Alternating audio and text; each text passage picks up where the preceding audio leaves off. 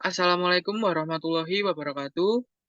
Di sini kami akan menjelaskan mengenai materi pengangguran, inflasi, dan juga kebijakan pemerintah guna memenuhi tugas studi kasus mata kuliah pengantar ilmu ekonomi.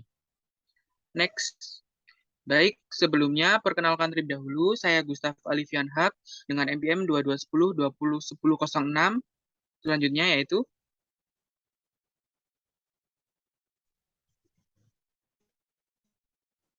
untuk Mbak Anissa boleh memperkenalkan diri. Nama saya Anissa Nuridayah dengan NPM 2210201030. Baik, selanjutnya Mbak Nurul. Perkenalkan, nama saya Nurul Hadiati Nintias dengan NPM 2210201027. Berikutnya Okta.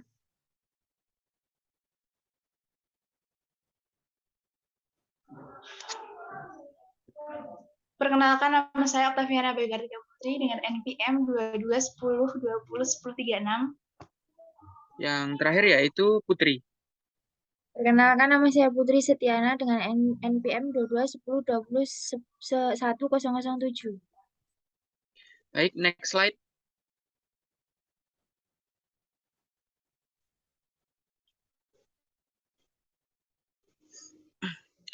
Apa yang akan kita bahas dalam diskusi kali ini yaitu pertama, pengangguran, baik itu definisi, penyebab, dampak, jenis, dan contoh kasus. Selanjutnya yaitu inflasi, baik itu definisi, penyebab, dampak, jenis, dan juga contoh kasus. Dan terakhir yaitu kebijakan pemerintah dalam menangani pengangguran dan juga inflasi. Next. Materi ini akan disampaikan oleh Putri Setiana.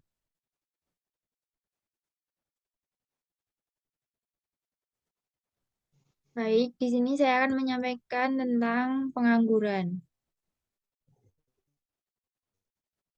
Yang pertama yaitu definisi pengangguran, yaitu merupakan orang yang ingin bekerja atau orang yang sedang berusaha mencari pekerjaan tetapi belum berhasil mendapatkan suatu pekerjaan tersebut karena disebabkan oleh jumlah pekerjaan dengan lapangan pekerjaan tidak seimbang. Yang kedua ada penyebab pengangguran. Yang pertama besarnya angkatan kerja yang tidak seimbang dengan kesempatan kerja. Yang kedua ada masyarakat tidak memiliki keterampilan tinggi serta tingkat pendidikan rendah. Yang ketiga adanya kemajuan teknologi yang menggantikan manusia. Yang keempat ada tenaga kerja yang ada di daerah dengan kota tidak dimanfaatkan dengan seimbang. Yang kelima ada PHK. Selanjutnya akan dijelaskan oleh Nurul. Dampak pengangguran yang pertama, meningkatnya angka kemiskinan. Pengangguran dapat membuat angka kemiskinan menjadi meningkat. Orang yang pengangguran tentu tidak memiliki penghasilan, sehingga membuat orang tersebut susah untuk memenuhi kebutuhan hidupnya dan membuat angka kemiskinan semakin meningkat. Kedua, kesenjangan kesempatan bekerja. Pengangguran dapat menyebabkan kesenjangan kesempatan bekerja sehingga membuat orang tersebut merasa tidak diperlakukan adil. Contohnya adalah kasus yang sering terjadi di Indonesia, yaitu orang-orang yang memiliki koneksi akan mendapatkan kesempatan bekerja lebih tinggi dibandingkan dengan yang tidak, sehingga dapat memunculkan rasa iri atau orang yang tidak mendapatkan pekerjaan merasa ia tidak diperlakukan dengan adil. Ketiga, meningkatnya angka kriminalitas serta dapat menurunkan daya asing. Kemudian jenis-jenis pengangguran berdasarkan faktor penyebabnya, yaitu yang pertama pengangguran musiman, merupakan pengangguran yang terjadi akibat pergantian maupun perubahan musim. Yang kedua, pengangguran siklis, merupakan pengangguran yang terjadi karena krisis ekonomi sehingga terjadi pemutusan hubungan kerja atau PHK. Ketiga, pengangguran deflasioner, merupakan pengangguran yang terjadi karena jumlah tenaga kerja lebih tinggi daripada lawan kerja yang tersedia. Keempat, pengangguran voluntary, merupakan pengangguran yang terjadi karena orang tersebut lebih memilih untuk tidak bekerja walaupun ia masih mampu untuk bekerja. Kelima, pengangguran struktural, merupakan pengangguran yang terjadi karena perubahan struktur pada sektor ekonomi dari suatu negara. Keenam, Pengangguran teknologi merupakan pengangguran yang terjadi karena kemajuan teknologi yang dapat menggantikan tenaga manusia dengan mesin yang dinilai lebih mudah dan murah. Serta yang ketujuh, pengangguran friksional merupakan pengangguran yang terjadi karena adanya perbedaan permintaan tenaga kerja dengan penawaran kerja. Next.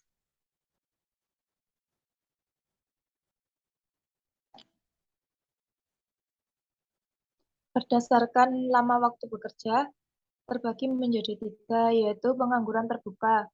Pengangguran terbuka merupakan sebuah situasi di mana orang tersebut sama sekali tidak bekerja serta tidak berusaha mencari pekerjaan. Pengangguran terbuka sendiri dapat disebabkan karena tidak adanya ketersediaan lapangan kerja di negara tersebut maupun negara tersebut tidak membuka kerjasama dengan negara asing untuk dapat mengirimkan tenaga kerja.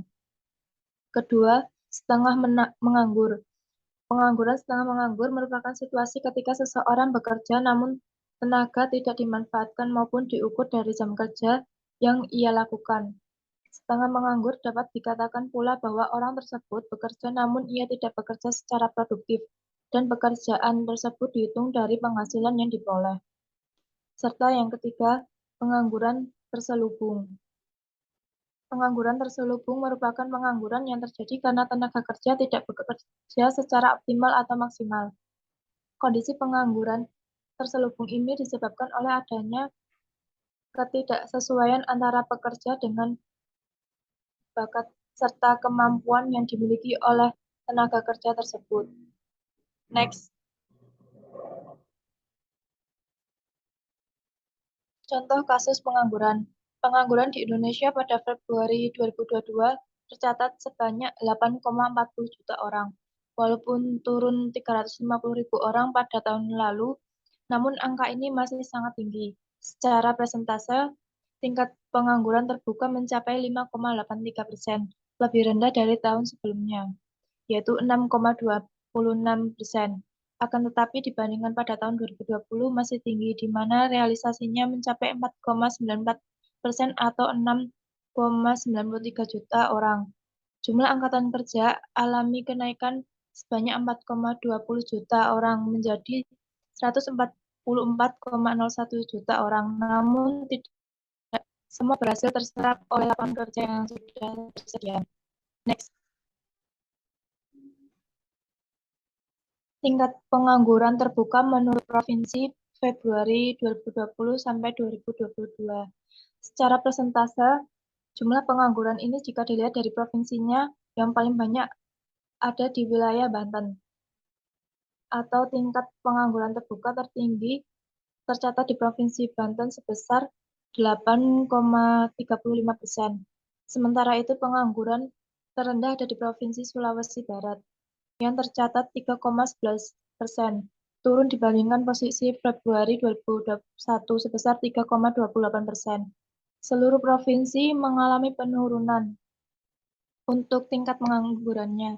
Meski demikian, belum kembali ke posisi normal atau Februari 2020 sebelum ada COVID-19.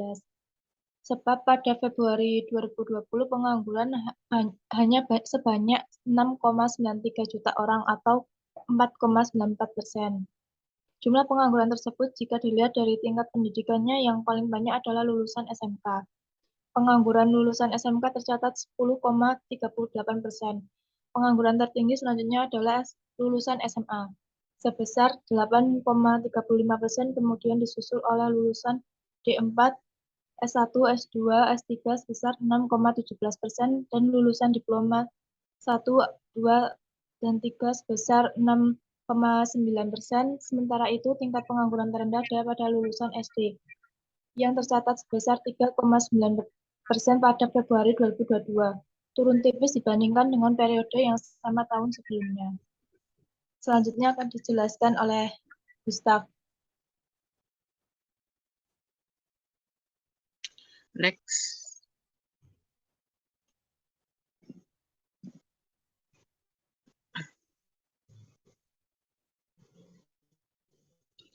Next slide. Next. Baik, saya akan menjelaskan mengenai pengertian inflasi. Inflasi merupakan kemerosotan nilai uang karena banyaknya dan cepatnya uang beredar sehingga menyebabkan naiknya harga-harga barang. Pengertian lainnya dari Badan Pusat Statistik atau BPS mengartikan bahwa inflasi adalah keadaan perekonomian negara di mana ada kecenderungan kenaikan harga-harga dan jasa dalam waktu panjang karena tidak seimbangnya arus uang dan barang.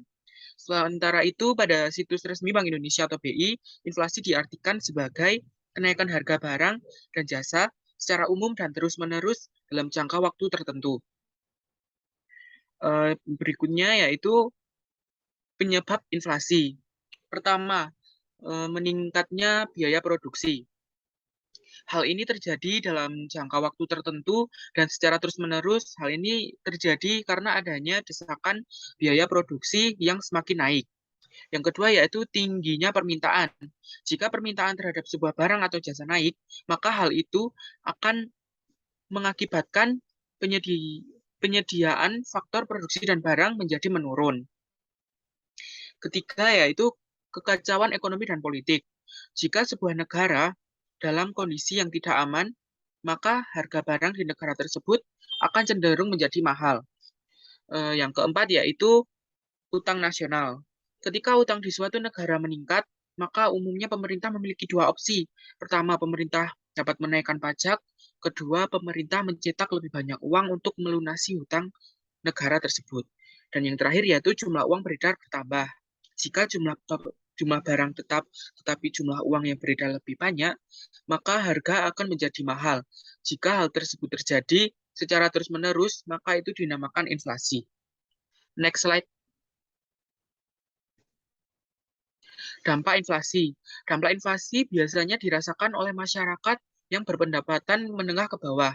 Dampak yang ditimbulkan oleh inflasi adalah pendapatan yang tidak seimbang, yang berarti bahwa dalam hal tersebut ada pihak-pihak yang dirugikan dengan adanya inflasi, tetapi juga ada pihak-pihak justru diuntungkan dengan adanya inflasi. Next slide. Jenis-jenis inflasi. Yang pertama berdasarkan tingkatannya, yaitu yang pertama ada inflasi ringan di bawah 10% per tahun, kedua inflasi sedang antara 10 hingga 30% per tahun, keempat inflasi berat antara 30 hingga 100% per tahun, dan yang terakhir yaitu hyperinflasi, dikenal sebagai inflasi tidak terkendali, yaitu di atas 10% per tahun. Next slide. Yang kedua yaitu inflasi berdasarkan sebabnya. Pertama ada demandful inflation, artinya yaitu inflasi muncul karena tingginya permintaan masyarakat terhadap suatu barang atau jasa. Yang kedua, bottleneck inflation. Inflasi ini dipicu oleh faktor penawaran dan juga permintaan. Yang terakhir yaitu cost push inflation. Hal ini terjadi karena kenaikan dari biaya produksi yang disebabkan oleh kenaikan biaya input atau biaya faktor produksi. Yang ketiga yaitu inflasi berdasarkan sifatnya. Yang pertama, inflasi merayap atau creeping inflation. Inflasi ini ditandai dengan adanya laju inflasi yang rendah, di mana kenaikan harga berjalan secara lambat dengan persentase yang relatif kecil dan waktu yang lama. Kedua, yaitu inflasi menengah atau galloping inflation. Inflasi ini ditandai dengan adanya kenaikan harga yang cukup tinggi dan kadang dalam jangka waktu pendek dan memiliki sifat akselerasi. Yang ketiga yaitu inflasi tinggi atau hyperinflation. Inflasi jenis ini merupakan inflasi yang parah sehingga masyarakat tidak bisa lagi menyimpan uangnya. Next slide. Dan yang terakhir yaitu jenis berdasarkan tempat asalnya. Pertama, imported inflation, yaitu inflasi yang berasal dari luar negeri yang dapat ditimbulkan akibat kenaikan harga barang impor. Dan yang kedua yaitu inflasi berasal dari dalam negeri atau disebut domestic inflation. Next slide. Nah, sekarang saya akan menjelaskan mengenai contoh kasus inflasi yang terjadi di Indonesia atau secara tingkat nasional. yaitu dampak kenaikan BBM terhadap laju inflasi. Salah satu rentetan dampak dari kebijakan pemerintah menaikkan harga bahan bakar minyak atau BBM adalah angka inflasi. Badan Pusat Statistik atau BPS mencatat inflasi pada Agustus 2022 mencapai 4,69% secara tahunan atau year on year. Sementara secara tahunan inflasi harga melonjak sebesar 8,3% year on year. Adapun dua komponen lainnya mengalami inflasi pada Agustus 2022. Inflasi inti tercatat sebesar 0,38% NTM atau mencapai 3,04% dibandingkan periode yang sama tahun lalu. Inflasi tersebut tergolong inflasi ringan atau merayap yang disebut creeping inflation, mengingat persentase inflasi berada di angka yang kurang dari 10% setahun. Ada pula langkah yang dapat dilakukan guna mengurangi inflasi. Pertama, berhemat dan berorientasi pada kebutuhan. Kedua, meningkatkan produktivitas untuk mendapatkan alternatif pendapatan tambahan. Ketiga, mengurangi dan melunasi lunas. Keempat, mulai menabung dan investasi. Dan yang terakhir, mulai mempersiapkan dana darurat dan asuransi. Next slide akan dijelaskan oleh Mbak Anissa.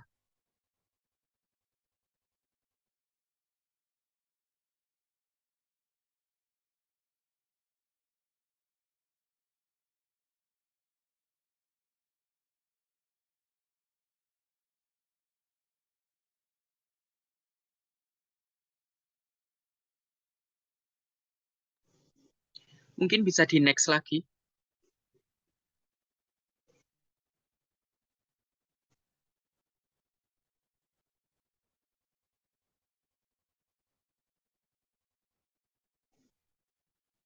Silahkan Mbak Anissa untuk bisa dijelaskan.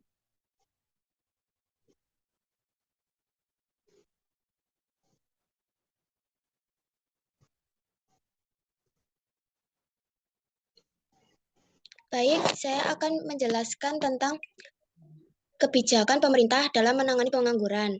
Yang pertama, pemerintah memberikan bantuan wawasan, pengetahuan, dan kemampuan jiwa kewirausahaan kepada UKM berupa bimbingan teknis dan manajemen, memberikan bantuan modal lunak, jangka panjang, perluasan pasar.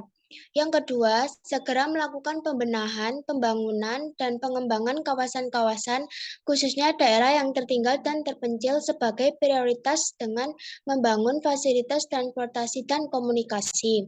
Yang ketiga, segera membangun lembaga sosial yang dapat menjamin kehidupan penganggur, seperti PT, Jaminan Sosial Tenaga Kerja. Dengan membangun lembaga itu, setiap penganggur di Indonesia akan terdata dengan baik dan mendapat perhatian khusus secara teknis dan rinci. Yang keempat, segera menyederhanakan perizinan dan peningkatan keamanan, karena terlalu banyak jenis perizinan yang menghambat investasi baik penanaman modal asing maupun penanaman modal dalam negeri. Yang kelima, mengembangkan sektor pariwisata dan kebudayaan Indonesia, khususnya daerah-daerah yang belum tergali potensinya dengan melakukan promosi-promosi ke berbagai negara untuk menarik para wisatawan asing, mengundang para investor untuk ikut berpartisipasi dalam pembangunan dan pengembangan kepariwisataan dan kebudayaan yang nantinya akan banyak menyerap tenaga kerja daerah setempat. Yang keenam, melakukan program sinergi antar BUMN atau BUMS yang memiliki keterkaitan usaha atau hasil produksi akan saling mengisi kebutuhan. Yang ketujuh, dengan memperlambat laju pertumbuhan penduduk atau meminimalisirkan menikah pada usia dini yang diharapkan dapat menekan laju pertumbuhan sisi angkatan kerja baru atau melancarkan sistem transmigrasi dengan mengalokasikan penduduk padat ke daerah yang jarang penduduk dengan difasilitasi sektor pertanian, perkebunan, atau peternakan oleh pemerintah. Yang kedelapan, menyeleksi tenaga kerja Indonesia yang akan dikirim ke luar negeri. Perlu seleksi secara ketat terhadap pengiriman TKI ke luar negeri. Yang kesembilan, segera harus disempurnakan kurikulum dan sistem pendidikan nasional. Sistem pendidikan dan kurikulum sangat menentukan kualitas pendidikan yang berorientasi kompetensi. Dan yang terakhir, segera mengembangkan potensi kelautan dan pertanian, karena Indonesia mempunyai letak geografis yang strategis yang sebagian besar berupa lautan dan pulau-pulau yang sangat potensial sebagai negara maritim dan agraris. Selanjutnya akan dijelaskan oleh Okta.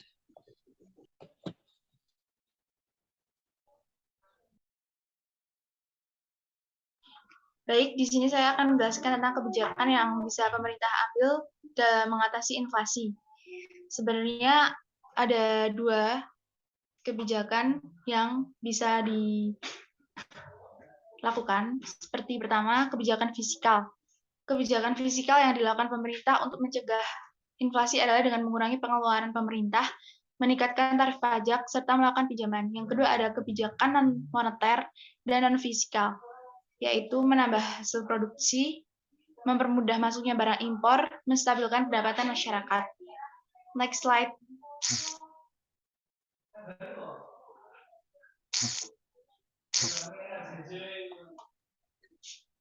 Baik, sekian penjelasan dari kelompok kami, kurang lebihnya mohon maaf. Sekian, wassalamualaikum warahmatullahi wabarakatuh. Waalaikumsalam warahmatullahi wabarakatuh. Waalaikumsalam.